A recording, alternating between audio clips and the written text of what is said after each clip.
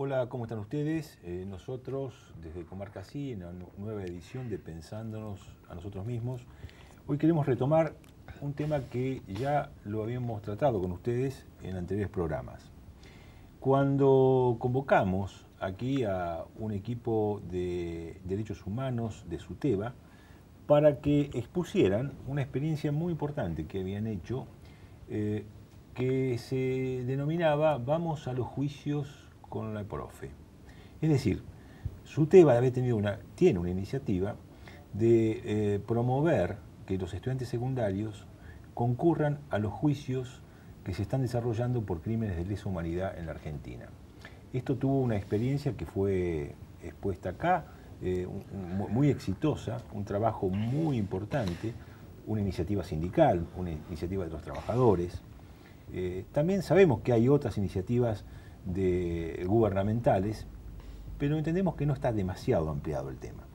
Para eso queremos volver a tomar la cuestión, para lo cual hemos recurrido nuevamente al Centro de Estudios sobre el Genocidio y nos dijeron, hay que hablar con Guillermo Levi. Guillermo, ¿cómo estás? ¿Qué tal? ¿Cómo te va? Nuevamente acá. Bueno, te sabemos protagonista también de esta experiencia de SUTEBA que hemos expuesto acá, de ir a los juicios, que los chicos vayan a los juicios. Pero también te conocemos una esfera académica tuya, hemos leído que vos has indagado con respecto a cuál es la opinión, cuáles las imágenes, las representaciones que tienen los alumnos de los colegios secundarios con respecto a la dictadura cívico-militar, los crímenes de lesa humanidad, la visión sobre el genocidio reciente. Esto lo has indagado. Hemos leído alguna publicación tuya que era preliminar, un estudio del año 2009, en la comuna del municipio de 3 de Febrero, con estudiantes de colegios secundarios de la esfera pública. De la esfera pública, sí. Y ahí ya anunciabas que iba a ser más amplio esto.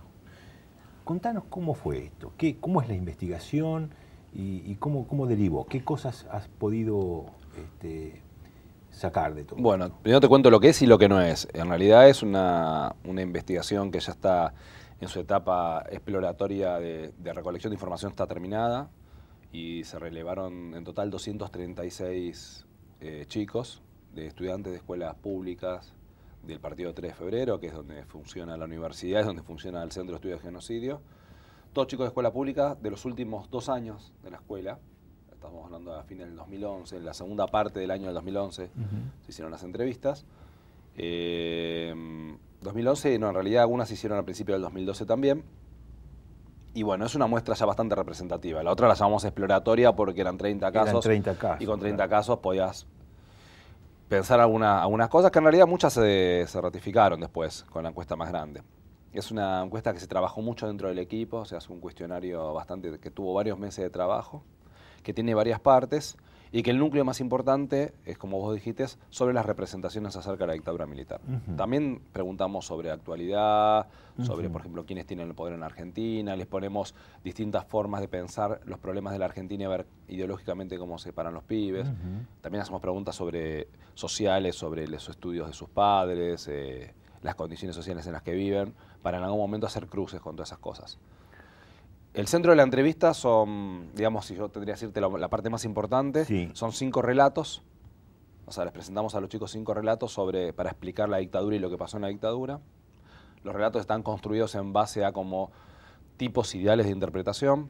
Un relato, el primero, es claramente la teoría de la guerra expuesta por los militares, por las Fuerzas Armadas o por los sectores de poder, digamos, que han explicado siempre lo que pasó en el marco de la Guerra Fría, de la lucha contra el comunismo, del terrorismo que asoló la Argentina, ¿no? Y que fueron los iniciadores de la violencia. O sea, se expone el relato, digamos, la narrativa narrativa más fiel posible del perpetrador, del digamos. perpetrador, que sería el relato 1. El relato 1. Después hay un relato 2, 3 y 4 que estarían en el marco de la teoría de los demonios, de la llamada teoría de los demonios, pero la consideramos que es una teoría bastante amplia, o sea, una teoría que ha producido múltiples relatos, pero que tienen matrices en común, como por ejemplo pensar la conflictividad en la Argentina en función de la combate entre guerrilleros y militares, ¿no?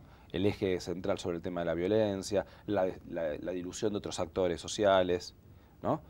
siempre pensar de que el golpe es consecuencia de la violencia guerrillera, y lo que varía entre los relatos 2, 3 y 4 es la ponderación, ¿no? Claro. Entre el 2, que es el más cercano al 1, donde se plantea, donde se habla de errores, donde se habla de excesos, pero donde se habla que el golpe en punto fue necesario, pero que después se desvirtuó. Después un relato 3 que sería... existía un caos anterior que dio caos, lugar claro, a que esto... se hace mucho hincapié sobre el caos del gobierno de Isabel Perón y sobre la necesidad de poner orden, que bueno, donde los militares ahí hicieron un montón de macanas, pero que era un golpe necesario. Y también que, tanto en el 1, más levemente en el 2, la democracia también es producto de la derrota de la subversión. La subversión porque son los términos que usó en el relato. Claro. En el 1, más diluido en el 2. En el 3 sería el relato más que consideramos más típico del alfonsinismo. Sí, la teoría de los demonios que uno puede encontrar en el prólogo de Sábato. El Nunca Más. Del Nunca Más, donde prácticamente no hay una ponderación entre positividad. Quizás sí en el 3 aparece donde el Estado tiene mayor responsabilidad, los que estuvieron el poder del Estado tuvieron mayor responsabilidad, pero bueno, hablando de la violencia cruzada, la sociedad inocente, indiferente frente a ese conflicto. Y el relato 4, si bien mantiene la matriz, es un relato ya mucho más balanceado, en el sentido de decir, bueno, reivindicando las intenciones y los ideales de la generación que luchó, algunos de forma armada, otros de otras maneras, ¿sí? Repudiando la dictadura y hablando un poco también de la deuda externa, hablando de Malvinas. Pero ahí se mantiene la teoría de los demonios más diluida, pero sí manteniendo el eje de la conflictividad política entre dos grupos que tomaron el camino de la violencia para llevar adelante su ideología, donde claramente en el relato 4 aparece una ponderación mucho más, una valoración mucho más positiva de un lado y una mucho más negativa del otro. Y el relato 5 claramente expresaría el esquema de la teoría del genocidio. Se menciona genocidio sí, como palabra. Sí, se habla como genocidio como palabra en el quinto relato. Tampoco se hace un abuso de la palabra. Lo que se habla más sobre todo es plantear el golpe como una estrategia de los sectores de poder de la Argentina para transformar económica y socialmente y políticamente la Argentina, donde la guerrilla es más una excusa que un motivo del golpe de Estado, donde aparece claramente el rol de los civiles, los grupos empresarios, sobre todo el poder económico, ¿no? Aparece también la Iglesia. Se diluyen las ideas de los excesos y sobre todo el corte con la 2, 3 y 4, sobre todo con la 3 y 4, es que la dictadura vino para otra cosa. Y no tanto para resolver una pelea ideológica vía armas, ¿no? Bueno, ese es el relato 5. Entonces ahí a los pibes se les pregunta sobre esos 5 relatos, se les pregunta con cuál se sienten más identificados, con cuál menos, cuál les parece el más conocido, el más desconocido. Y sobre eso ya se trabaja un poco. No son las únicas preguntas sobre la dictadura, claro. Pero lo que te quería decir es que el eje central, inclusive ese relato lo hemos usado en las capacitaciones con los profesores para el tema de los pibes, para llevar a los pibes a los juicios, lo hemos usado con pibes por fuera del proyecto de investigación. O sea, darle los 5 relatos y trabajar sobre eso. Más allá que sin adentrarnos a ver, uno iría rápidamente, decime cuáles fueron los resultados. Sí. Pero antes de eso, si decimos que el relato 1 es el relato del perpetrador, y los otros son relatos con variantes de la teoría de los demonios, con sus matices, hasta llegar al relato 5, que sería el que pone el eje sobre el genocidio, digamos. Salvo el relato 1, que parece un relato que ha quedado cristalizado, me parece a mí, como un relato invariable desde el proceso, digamos, la dictadura y la actualidad. El relato del perpetrador no ha variado. No ha variado, no.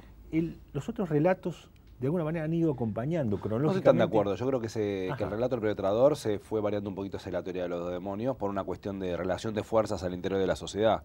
Ajá. No digo que militares a favor de la dictadura en su casa no usen el relato, como decís vos, tal cual del relato 1. Claro. Pero públicamente yo creo que han virado un poquito hacia la teoría de los demonios. Y hasta reconociendo la legitimidad de los juicios en tanto y en cuanto se juzguen a los otros. Lo escuché decir a Pando, por ejemplo, eso. Siempre ambiguo. Si digo esto porque estamos yo creo que hubo un corrimiento claro. Porque ya se volvió como insostenible, me parece, en términos, por lo menos en ámbitos públicos, claro. De hablar exclusivamente del relato 1. Claro. Pero me parece que sí, por lo menos en ámbitos públicos ha variado un poquito. Y cronológicamente, digamos, también uno debería... Nos desviamos un poco del resultado, pero te aprovechamos en esto, Guillermo. El relato donde se politiza más en términos de... En contraposición con los relatos iniciales de los testimonios, por ejemplo, ante la CONADEP, o los testimonios ante el juicio de las juntas, de las víctimas, de los sobrevivientes, de alguna manera en ese momento trataban de dejar un poco al costado, no mencionar, había silencios con respecto a el grado de participación política que existía. Sí. Esto va cobrando una envergadura a partir del el fin de la impunidad y el nuevo proceso de justicia. Obviamente. ¿No? O sea, hay una narrativa donde se explicita más el compromiso político, es decir, esta cuestión, como diría también, la víctima inocente no es así, digamos, que fue muy dominante en los primeros relatos, ¿no? Sin embargo, en las encuestas no aparece tanto eso. No aparece. Bueno, ahora vamos a ver qué pasó con las encuestas. Bueno, pasaron muchas cosas. En relación a la elección de los relatos, claramente el 1 es el menos elegido, el más desconocido. Claramente me refiero a el 80% lo desconoce. Desconocen el relato del perpetrador. Nunca lo escucharon, sienten que nunca lo escucharon, sí, lo desconocen. Sí. Y no lo elige prácticamente nadie, creo que las 236 no llegan a 5 las personas que lo eligen. O sea, es nulo. Ajá. Y después tenemos, la gran mayoría los tenemos distribuidos entre el 2, que es el que menos tiene de los 3 de los demonios, 3 y 4. Entre el 4 y el 5 tenés la mayoría. El relato 5, que es sobre el tema del genocidio, tiene el 28% de elecciones. Es importante, digamos. Igual siempre pensando que al chico se le da el relato armado, ¿no? No, al pibe no se le pide que arme un relato él. Correcto. Eso también uno podría pensar que no daría exactamente lo mismo. Pero entre el 4 y el 5 tenemos muy arriba del 50%. Metodológicamente, los alumnos cuando se enfrentan a la situación de leer y analizar ¿tienen un tiempo suficiente de...? Sí, porque se les pide todo el bloque al profesor. Se arregla con el profesor, con la escuela obviamente antes, tienen todo un bloque. Un bloque de clases son 80 minutos, 70 minutos. No es más que suficiente. En la encuesta exploratoria de 30 que hice antes, fui calculando más o menos una encuesta que lleva promedio media hora hacerla.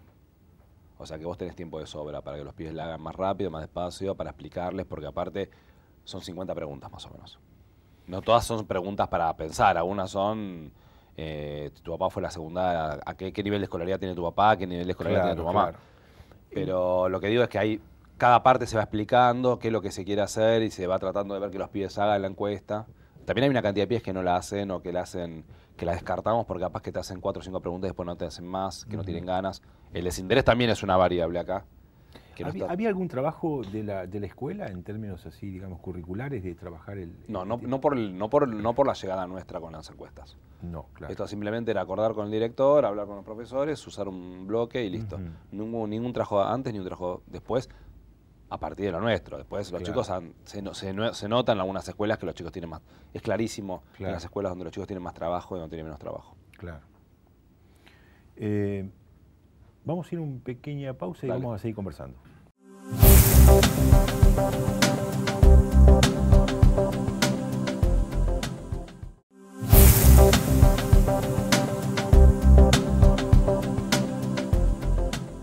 Bueno, seguimos con Guillermo Levi. Estamos con Guillermo viendo este importante trabajo de encuesta de opinión, las representaciones de los chicos de colegios secundarios con respecto a la dictadura cívico-militar. Había una caracterización social que habías planteado, por lo menos en el trabajo exploratorio, que eran no solamente chicos de colegios oficiales, sino también que pertenecían a sectores económicamente determinados y también en un lugar, como es el municipio de 3 de Febrero, donde en algún momento tuvo una industrialización importante. ¿Esto cómo se manifiesta en las encuestas? Mira, la elección de 3 de febrero tiene que ver que es el lugar de nuestro centro y de nuestra universidad. Pero la realidad es que tiene una particularidad que lo cobra interesante, que fue uno de los lugares en donde el proceso de industrialización de la Argentina fue bastante más potente y donde el golpe económico de la dictadura es de uno de los lugares donde más fuerte debe haber pegado. Sin embargo, por lo menos en la encuesta que hacemos nosotros, eso no aparece. Sí hay una pregunta que quizás pueda tener alguna relevancia, que les pregunto a propósito y muy abierto, si alguien de su familia o muy cercano a su familia tuvo algún problema en la dictadura. Por supuesto, al decir tuvo algún problema puede incluir desde un secuestro, cárcel o que lo echaron del trabajo o lo que pueda procesar ese chico como que su familia, su núcleo muy cercano fue afectado por la dictadura. Es el 13% que dice que sí. El 13%. Uno puede leer de eso muy poco, que muy poco, otro puede leer es muchísimo, ¿no? Estamos hablando también que hay una cantidad de chicos que no deben saber. Y como por los efectos de la dictadura, en el trabajo exploratorio a mí me sonaba algo que me hacía ruido. Es decir, ¿Cuáles fueron los resultados? ¿Cuáles las consecuencias de la dictadura? Y salía muy fuerte la deuda externa. Sí. ¿Esto se repite? Sí, se repite. Se repite. No tanto los avatares económicos personales de la familia. El miedo también aparece. Y el miedo. Pero, a ver, no tengo tantos elementos empíricos, pero para mí es casi una obviedad que eso es la repetición de un discurso escolar también. Ajá. O sea, porque la verdad que el nivel de conocimiento que tienen los pibes en una cantidad de cosas que se van evaluando no amerita que un pibe pueda decir con un conocimiento fuerte el vínculo entre la deuda externa y la dictadura militar. Claro. Lo que no digo es que no tenga validez la afirmación, Claro. Porque ahí nos jugamos con una cantidad de cosas, bueno, que es lo que tendrían que saber los pibes para que uno lo considere. Pero me parece que también ahí tiene que ver con la influencia de medios de comunicación o de escuela que han trabajado sobre eso. Algo que me parece importante decir es que una de las preguntas es dónde han escuchado por primera vez, cuándo escucharon por primera vez hablar del tema y dónde lo han escuchado o hablado mayoritariamente. Y ahí la escuela ocupa un lugar central. Más del 80% nombra la escuela. No tanto la familia. La familia segundo, los medios segundo, la familia tercero. Los medios segundo, sí. Claro. Con los medios incluyo películas también. Claro. Películas, documentales, todo lo que tenga que ver con producción cultural. Otra cosa que también me llamó la atención, que los chicos en el trabajo exploratorio, no sé si se repite luego, que le daban mucha importancia como consecuencias de la dictadura la cuestión de la falta de libertad de expresión. Sí. Esto...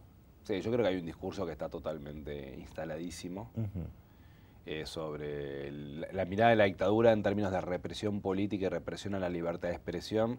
Pero siempre acá hay una idea, porque hay dos preguntas que las incorporamos después del exploratorio, que es ¿quiénes fueron los desaparecidos y por qué desaparecieron? Ajá. Es una pregunta abierta. Que sea abierta quiere decir que no le das categorías a los chicos para que respondan, como si se las doy en otras preguntas.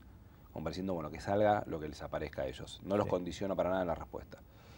Y la verdad que hay una idea que creo que se construyó mucho en los 80, que creo que está todavía bastante presente, que es la dilución de las identidades grupales y políticas. En ese sentido, todo este discurso de rescatar la politicidad de los desaparecidos, por lo menos en estas encuestas, no aparece que ha hecho demasiada mella. Sí, en términos de la identidad de los desaparecidos, ¿quiénes fueron los desaparecidos? Creo que aparecen dos que dicen peronistas, nadie dice ni guerrilleros, nadie nombra la palabra guerrilleros, ni lucha armada. Sí, creo que hay dos o tres que dicen guerrilleros, terroristas también, o sea que haber sido gente capaz que después habría que cruzarlo, que se habrán identificado con el discurso 1 y 2. Pero después son todas identidades que tienen que ver con periodistas, estudiantes que está algo también muy diluido. Claro. Tampoco aparecen identidades de clase. Ajá. ¿Sí? Y después, ¿por qué se lo llevaron? Que uno podría parecer que aparezca algún tipo de identidad grupal, no aparece en absoluto. La identidad grupal podría ser perteneciente a una organización revolucionaria, perteneciente a un sindicato, perteneciente a un centro de estudiantes. No, eso es mucho menos del 10%. Los que por protestar, por defender derechos, pero defender derechos tampoco habla de ningún tipo de colectivo. Para mí siempre hay como una matriz muy individual, del que piensa, del que dice lo que piensa, del que protesta, ¿no? Claro. Hay una compañera en el centro que decía, bueno, hay como una reivindicación de la disidencia, pero como esa disidencia individual, ¿no? Claro. De no aceptar la autoridad y toda una cuestión muy de... También de algunas películas que han construido eso y de películas norteamericanas sobre la rebeldía individual frente a las autoridades. Creo que hay una mirada muy así de la dictadura, donde por eso lo económico aparece si le preguntas las consecuencias, pero ahí, por ejemplo, podría aparecer. Claro. ¿No? Los obreros que luchaban por nada. Estos chicos han tenido la actividad siempre en septiembre de la Noche de los Lápices. De la Noche de los Lápices, digamos, como actividad oficial. No lo tengo relevado. Ajá. No lo tengo relevado. Yo creo que eso es mucho más de las escuelas de capital. Ajá. Y no tanto de las escuelas de provincia. Muchas escuelas técnicas entrevisté también, que el nivel también de trabajo sobre ciencias sociales es bastante más bajo. Pero la verdad que no tengo un relevamiento como para afirmarte eso. En general parecían chicos con poco trabajo sobre el tema. Pero que había lo que es importante es ver la homogeneidad en algunos puntos. Porque vos decís, hay chicos de Fuerte Apache y hay chicos de una escuela de clase media de Caseros. ¿Sí? Yo cuando hice la muestra exploratoria también hice chicos de la ORT, que es la escuela que yo trabajo, una escuela privada, clase media alta. Y era muy llamativo como chicos de Fuerte Apache y chicos de la ORT tenían representaciones iguales sobre algunas cosas, ¿no? La despolitización, ¿no? La elección de los relatos. Yo ahí tiré como un concepto que es lo que llamo la teoría del unidemonio, porque lo que digo es que ahí se reemplaza la teoría de los demonios por la teoría del unidemonio, que es la desaparición del carácter político de los desaparecidos. Claro. Entonces hay como hipótesis también, no tengo forma de demostrártelo en un laboratorio, de como que el costo del repudio generalizado de la dictadura es el costo de la despolitización de los desaparecidos. Porque si uno repolitiza, tiene que hacerse algunas preguntas. Bueno, ¿qué pienso yo de esto? De lo que hacían, de lo que no hacían, ¿qué pienso de la lucha armada? Entonces, creo que la Noche de Lápices ha jugado un papel sobre eso, ¿no? La angelización de las víctimas viene de la mano con un repudio generalizado. ¿Quién va a estar de acuerdo que maten a un chico que pelea por el boleto? Claro. O que piensa determinada cosa. Nadie que no sea un monstruo puede estar de acuerdo con eso. Ahora, si vos participás de una lucha armada revolucionaria, bueno, ahí como que se dividen más las aguas, ¿no? Y ahí se empieza a discutir sobre la legalidad, pero quizás sí la legitimidad de la represión. Entonces creo que hay como una angelización, angelización me parece que en un momento de la historia, me parece que ahora hay como una desaparición de esos colectivos. Claro. Son gente suelta que discutía, pensaba, estudiantes. Hay como una cosa muy vaga. Y otra cosa que me gustaría también decirte es que yo comparo la presencia del periodo con el conocimiento de los datos. Uno puede pensar que es relevante o no relevante. Uy, en los exploratorios sale eso. Muy poquito, sí, pero sí. Mucho más acá. Pero me preocupó mucho. Claro, entonces digo, la presencia de la dictadura es fuerte. Sí. Nadie te dice, no conozco, no sé de qué me estás hablando. Todos tienen idea de qué estamos hablando. Ahora, por ejemplo, les pregunto, ¿cuándo empezó y cuándo terminó la dictadura? ¿Conoces a algunos miembros de las juntas militares, algunos miembros de los represores? Y los números son descomunales. O sea, el conocimiento de la fecha, que te digan 24 de marzo del 73, 10 de diciembre del 83, creo que hay 2 personas nada más. Dos de las 236. Después te tiran un 1976, 1983, eso es muchísimo. Muchísimo. O sea, de los que te tiran los 2 años bien, no llegan al 10%. Ajá. Los 2 años con los mías y con el día, o solamente los 2 años, todo ese conjunto completo, no llega al 10%. De conocimientos de los represores, Videla aparecía como... Sí, Videla aparece en la Junta y aparece como represores, con lo cual no es un error tan grande, porque claro, en realidad yo quería hacer la diferenciación de los que detentaron el poder del Estado, de los represores directos, pero la verdad que es una distinción que este nivel de conocimiento es demasiado pedir. Es exceso, claro. Pero, por ejemplo, nadie te dice 3 nombres, ¿eh? Claro. Nadie, no hay uno solo que te diga 3 nombres. Lo máximo es un Videla y Macera, un Videla y un Astiz. Eso es lo máximo que puede aparecer. Después aparece Richieri, aparece Perón, aparece Alfonsín. Sí, Pinochet. Pinochet aparece varias veces. Claro. Sí. Eva Perón. ¿Los presidentes post-dictadura? Muy poco. Es mucho más lo que saben de la presencia que tiene la dictadura. O sea, yo les pongo todas las elecciones presidenciales y ellos tienen que poner quiénes fueron presidentes de la Argentina hasta Cristina. Y creo que nos llegan a 5 los que ponen todo. Menem 2 veces, ¿no? Sí. Alfonsín, Menem 2 veces, de la Rúa. No me meto con los 5 presidentes del 2001, si pongo Duhalde, Néstor y Cristina. O sea, como todas esas posibilidades que tengan. Que pongan todos, toda la cadena, creo que no llegan a 5 o 6, lo que pusieron todos. ¿Moraleja? Alfonsín, desconocimiento. Muchos no saben quién fue Alfonsín. Y si nacieron a mediados de los 90 estos pibes. ¿No? ¿Moraleja? ¿Qué? A ver, yo pienso algunas cosas. Pienso que alguna tensión frente al sobrefestejo del repudio general que tienen los pibes a la dictadura, que es cierto, pero que ese repudio general puede no implicar una cantidad de cosas. Por ejemplo, que pibes que te puedan decir hay que cercar las villas. Es el mismo repudio a la dictadura, ¿no? Que no necesariamente implica una interpelación hacia una mirada sobre el presente. Y que no necesariamente ese repudio implica una apropiación del periodo, ¿sí? Eso puede ser una moraleja. La puede agarrar otra persona, el mismo Daniel Feuerstein, con el que trabajo, ve ese 28% de chicos que eligen genocidio y le parece extraordinario. Y capaz que es extraordinario. Capaz que si lo hicimos hace 15 años, no llegaba ni al 10% eso. Yo creo que hay año a año que esto se puede ir haciendo, creo que van creciendo algunos indicadores en el sentido de la repolitización o de la identificación de algunos actores. Pero, ¿quiénes son los responsables de lo que pasó? Ahí podrían aparecer grupos económicos, iglesias, ¿no? Y ahí, por ejemplo, otra vez, militares 90 y pico % como únicos. Claro. Para mí eso fortalece el tema del unidemonio, ¿no? Algunos sí ponen políticos, ponen terroristas, ahí aparece un par de guerrilleros, como también la responsabilidad de por qué el golpe, pero por ejemplo, todos los que ponen alguna responsabilidad económica, que digan empresarios, medios de comunicación, incluso potencias extranjeras, ¿no? Todo eso, creo que son 10 o 9 respuestas de las 236 que identifican a un actor. Por eso, cuando yo les doy el relato, con los actores civiles el 28% te lo identifica. Ahora, cuando vos le decís quiénes son los responsables, también es una forma de confrontar. El dato de la emoción que te puede dar ese 28%. Claro. Porque ahí vos lo dejás a los pibes libres, que hablen con su representación más pura y genuina, quiénes son los responsables, y aparecen los militares. Yo no les digo que pongan uno solo. Pueden poner 25 si quieren. Pero los militares solo son de alrededor del 90%. Entonces ahí es como, me parece que hay como algunos indicadores fuertes. Eso cruza, Fuerte Apache, Caseros, todo. Cuando le dice la Orlo poquito también lo mismo. O sea, me parece que hay niveles de representación que son homogéneos en gran parte de la población. Tengo la idea de que si uno lo hace en Tucumán, en Bahía Blanca, en Mendoza o en distintos lugares, sí puede haber algunas diferencias sustanciales. ¿Por qué? Y porque me parece que el repudio generalizado de la dictadura no es homogéneo en todo el país. No llegó con la misma fuerza en todo el país, ¿no? La reivindicación de la lucha de las abuelas, la presencia en los colegios. O sea, yo les contaba a unos compañeros que cuando hicimos este proyecto con Daniel de entrevistas filmadas a sobrevivientes de campos de concentración de la dictadura, que hicimos más de 100 en todo el país, cuando íbamos a Tucumán en el 2005, ¿no? Estamos hablando hace casi 10 años, ex montoneros de Tucumán que se habían escondido en Tucumán, digamos, que habían sido parte de la lucha, todavía hablaban de la dictadura como la época de la subversión. Ellos hablaban de la dictadura como la época de la subversión. O sea, el periodo era la época de la subversión. La época de la subversión incluía antes del golpe y después del golpe también. Entonces, digo, en las escuelas de Tucumán es bastante complicado hablar de este tema. De hecho, Adriana me ha contado, digamos, los juicios de Tucumán, los que van a militar en el juicio son los que están en contra del juicio. O sea, los organismos de derechos humanos son los que tratan de reclutar gente para ir a apoyar los juicios, son mucho menos que los otros. Entonces, habría que evaluar ahí cuáles son las representaciones. O en ciudades del interior de la provincia de Buenos Aires, mucho más conservadoras. Pero no tengo forma de demostrarlo. Bueno, ahí surgen, no hay una moraleja, hay varias, ¿no?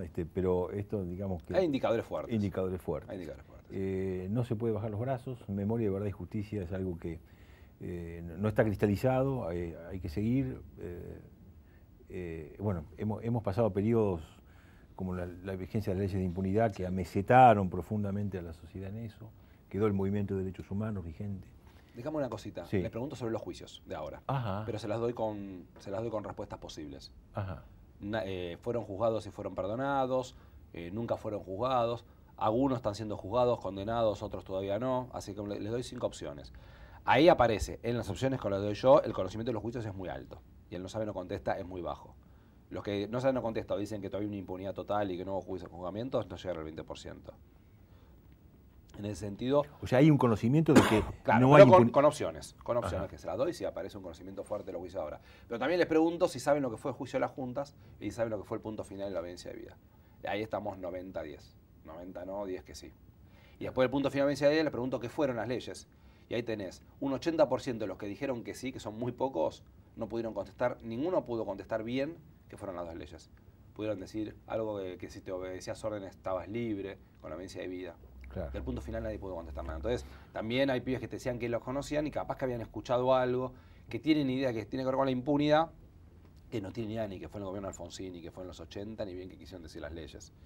Entonces, eso también es fuerte. 236, no tenés un solo pibe que te pueda decir el punto final fue esto, la audiencia de vida fue esto.